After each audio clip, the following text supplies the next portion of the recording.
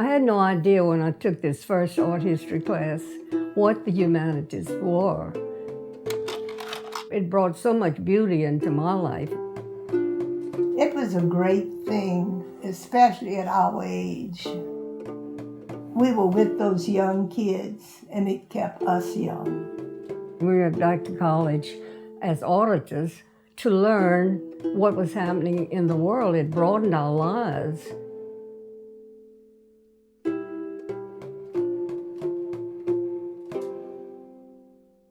Well, what I remember was we were taking classes together, a group of us. It was during the oil crunch of the 80s. The university was suffering for lack of funds. So we were taking a class with Monte. I think it was the French Revolution we were studying. She had explained to us that the teachers were buying paper. The slides were terrible. They were all red or all blue or all green. And so they saw those slides and said, no, we have to do something about this. They weren't up to their potentials in teaching us. So I told her, I said, Mate, I know the ladies in this class would be happy to do something to help. And she said, I've always hoped we'd have a friend for the humanities. So I went over to Dr. Audemars' office and asked him if we could help in any kind of way. I'll never forget, it took about 10 minutes in his office, and he says, that's great, let's do it. And that was it. And that's how it started.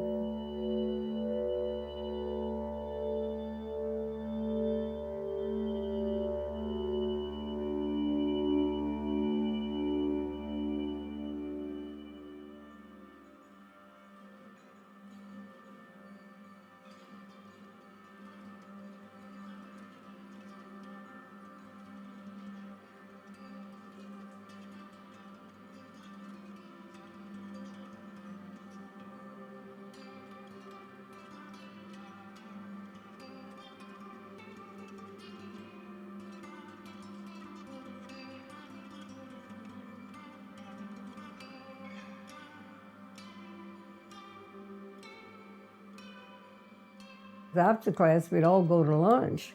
And so that's where the friendships grew. And I think that bound us together more and more because we discussed what we had studied and people talked about their personal experiences. We could say, yes, I went to the Uffizi, I went to the Louvre, and it made it believable. Here were people that, had done those things. To raise funds, we did trips and lunches. We started very small. We have a wonderful group going today. We give scholarships. There's a Gloria Fiera lecture every year. The Friends gave a large donation to the Ernest Gaines, a very nice donation to start it right at the beginning. The Friends has contributed a lot of money to UL, which we're proud of. Darrell Book received the first professorship. And that allowed me, I think, to begin to do work on a national scale, where I became the president of the National Association for Humanities Education. The Friends of the Humanities were often so important to those classes because they came to all of the classes and they came with enthusiasm, and that's contagious. Being a student, I know, that you get a reading list, and often the reading list is created by a professor, who expects you to read those books sometime in your life. But the women in the Friends of the Humanities read the material that semester, which was also great fun. They were serious students.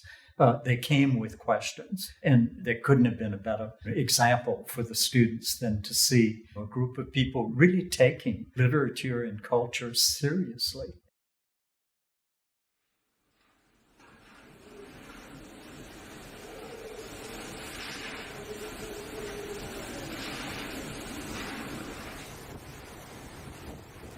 I focus on disaster studies in particular, which includes things related to the environment and to people.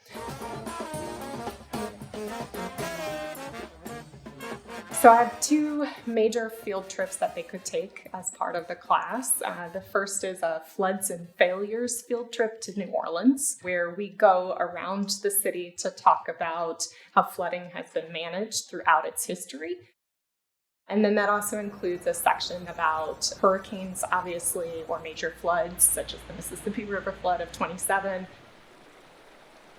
and how that has influenced the city and its development in its flood mitigation efforts. My other option for them to take is a field trip to the coast itself. This oil spill is an unprecedented environmental disaster. And we go see the impact of oil spills, coastal erosion, and coastal change along the coast in Terrebonne Parish. I get a lot of engineering and science students that take my environmental history classes thinking that, okay, I can fulfill my history credit by taking this class that's going to somewhat relate to what I'm doing, and you just watch their minds open up as they're exposed to that kind of humanities side of thinking about the things that they usually think about.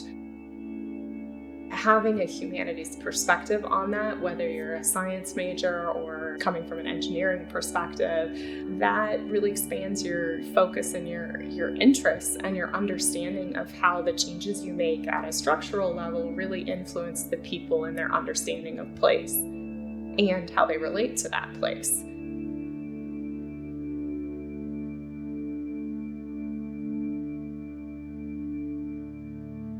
To me, the humanities is people. That's what the humanities is. It does show you the good and the bad in life, but there's an awful lot of beauty in the humanities when you study art and architecture and learn about Right. people. And it is life. Yes, it is. I think the humanities matter because they allow us a kind of safe place where we can ask that question, what are we doing here? What are we supposed to be doing here? I think the Friends have something really unique, and that it's not just about inviting, you could call it like the ivory tower, to come at one point in time to a group to speak, right? And that's great. We love to do that, to go out and to give an address. But they're involved in a lot of different ways. They're taking our classes, they're supporting the teaching that is happening and the development of future humanities lovers in the students that will go out into the community. And when we form those communities, you see that you have a kind of common purpose. And the Friends of the Humanities were really important in creating that common purpose. I hope we can do more of that in the future. It means so much to the teachers to get that extra money for travel and writing and researching. I think it will continue because it's such a wonderful thing to have at the university. And we mustn't forget, learning is a lifetime experience that shouldn't be lost. It's a real joy, and I hope we've given some example to people that they will continue learning no matter what their age is.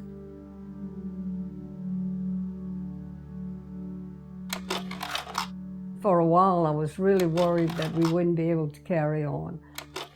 And now we have another generation involved, and it's going to be their job to keep it going. And I don't think that's going to be a problem. I don't think so either.